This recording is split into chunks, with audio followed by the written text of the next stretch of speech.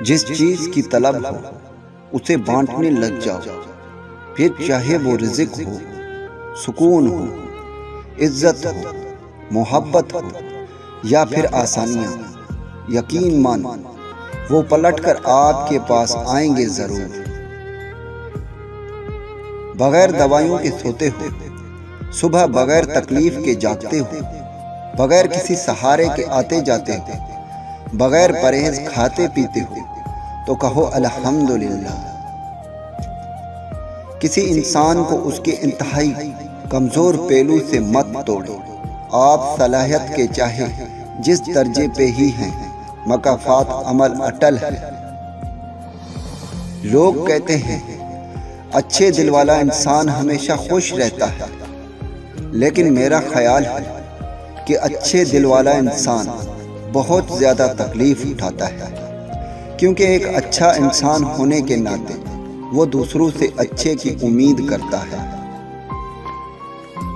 जब गुनाह के कामों में दिल लगना शुरू हो जाए तो ये इस बात की दलाइल है कि तुम्हारा रब तुमसे नाराज है।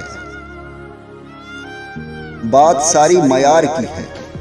जब तक आप दूसरों के मयार पर पूरा उतरते रहेंगे तो आप पारसा, लेकिन जो ही उनके मयार से हटकर बात की तो आप जैसा बुरा इंसान कोई भी नहीं।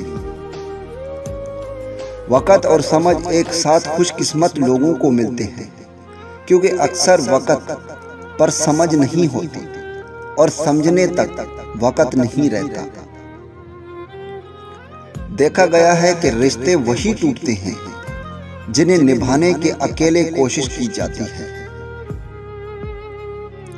वक़्त तो इंसान की अपनी शक्ल तक बदल देता है।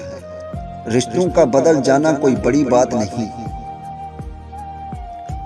दिमाग एक भेड़ है, रूह भेड़िया है और ईमान चरावा है। अगर ईमान मजबूत नहीं है तो रूह दिमाग को खा जाती है।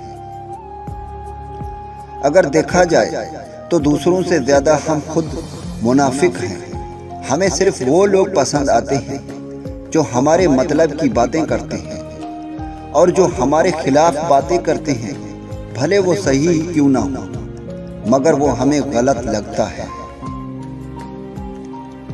रास्ता बदल लेना चाहिए जब लोग आंख के पीछे छुपी नमी को महसूस करना छोड़ चुके हैं।